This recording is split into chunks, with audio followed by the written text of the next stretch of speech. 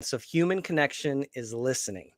And if listening is fundamental and required, why do we need so much help in this area? Why are there countless of strategies and articles on it?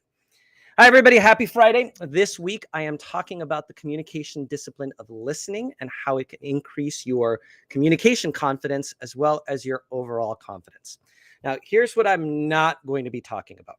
I'm not going to be talking about strategies, tools, tips, tricks, and hacks on listening. There are, again, countless articles and resources, really effective ones, to give you those steps to become a better listener.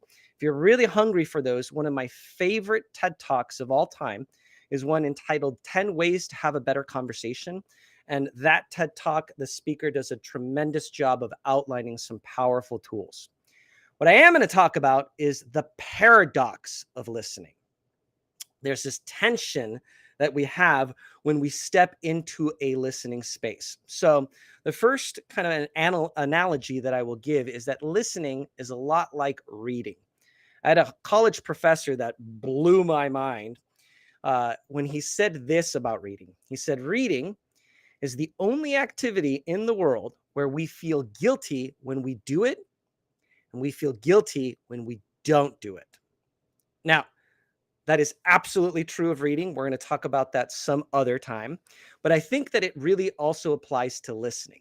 So when I'm listening to someone, if you're anything like me, there's this kind of nagging voice, this nagging poking in the back of your head of, uh-oh, I should be doing the other thing, right? I should be working on writing the blog, or I should be working on that project, or I should be working on whatever, fill in the blank. And so you start to get this anxiety of, I'm not really doing anything productive. I'm just listening to someone. I hope that they wrap it up soon so I can go really quick and do the thing that I want to do. But then whenever I get to the thing that I wanted to do, there's this overwhelming sense of guilt of, oh no, I wasn't actually present with that person. I didn't actually absorb and listen to what they had to say. And I didn't really grasp what they wanted me to hear. So now I'm lacking the knowledge and lacking the confidence to be able to follow through on our conversation. When we do that, we're literally closing the door to learning. Whether it's learning professionally, right? If this person is telling us something about our job, we're closing that off. If it's personal, we're closing off that openness, that intimacy. We're literally saying, sorry, I don't want to be connected to you because I have more important things to do. And that's really, really telling, right?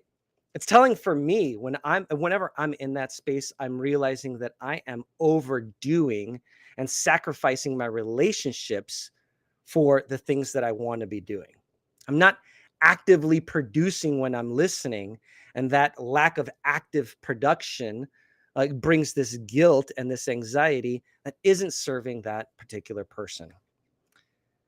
And listening is also a lot like meditation. And again, there's this weird paradox because listening and meditation is both an active and a passive skill. So I'm a huge fan of Headspace. I've been using Headspace for many, many years. Today, I am going to hit 150 days consecutively of meditating. And it hasn't always been easy, right? Meditation is not something that comes naturally. And I love Headspace because they give us tools and strategies to be able to clear our mind and be present in the moment. Listening is the same. Yes, we need those tools, we need the strategies, but the more we implement those tools and strategies, the more active we are in our listening, the less effective we actually are. In order to be truly effective in meditation, we get to be truly passive. And it's the same space in listening. In order to be truly an effective listener, we have to eliminate the chatter in our brains and be present to what is being said. Now, I want to land one more element on listening, and I'm going to take a little bit of a detour to get there. This week was really telling to me, and I posted about it in some of my networks about this 80% concept. I am at my best when I am going at 80% speed. A bunch of my college friends used to nickname me 110% because no matter what I didn't matter what it was, whether it was giving speeches, school, whatever, I was 100%. I was, I'm in, I'm 100% in. And that absolutely did not serve me. Absolutely did not serve me because I was going from one activity to one activity to one activity to one activity. And I didn't have time to pause, to celebrate, to reflect, to set the next intention. And when you're operating, as many of us entrepreneurs and many of us in the business world are doing at 110%, get results, results, results, results, results, results. Now, where's the next result? You're not giving yourself that space to truly listen to the people that are helping you get those results in the first place. When I slow down, I am much more able to listen. When I listen, I'm more able to connect. And when I connect, I'm more able to learn. And when I learn, I'm more able to do. So follow me here. Connection and knowledge is confidence. And one of the best ways to get confidence in your communication, but also in every aspect of your life, is really to slow down and listen.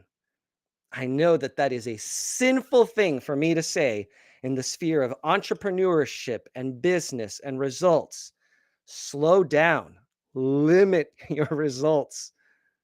But it's only that, it is only by slowing down that we're actually going to achieve the results that we want to achieve. Because frenetic energy never served anyone. Frenetic energy does not lead to lasting results. Frenetic energy does not lead to lasting connection. And frenetic energy does not give space for true, authentic listening. I'm going to end with this. You know, one of the catchphrases that I hear often, so often, and to be totally transparent, I don't love it because I think that there's a lot to unpack in this. A lot of the phrases that I hear are, share your story. Your story matters. Share your story matters. And yes, of course, share your story matters. But I don't think that we are really clear about what that means. If you truly believe wholeheartedly that everyone has a story, that everyone's story matters, then we need to take steps to be able to implement that. And the first step that you can take to implement that, to making people feel truly seen and heard, is by slowing down and listening to their story. If you truly are a champion for everyone has a story, share your story. Awesome. The one thing you can do to really elevate your community, elevate those stories that get to be heard, is by actually hearing them, by actually listening to them in this paradoxical way of active and passive, using the strategies that you are learning from the various resources and integrating them so you don't have to think about listening. You can be present, you can listen, you can learn, you can connect, and you can make someone feel truly seen and heard. That is the discipline of listening, and that is how it increases not only your confidence, but the confidence of others. Hope you all have a wonderful weekend, and I will see you next week.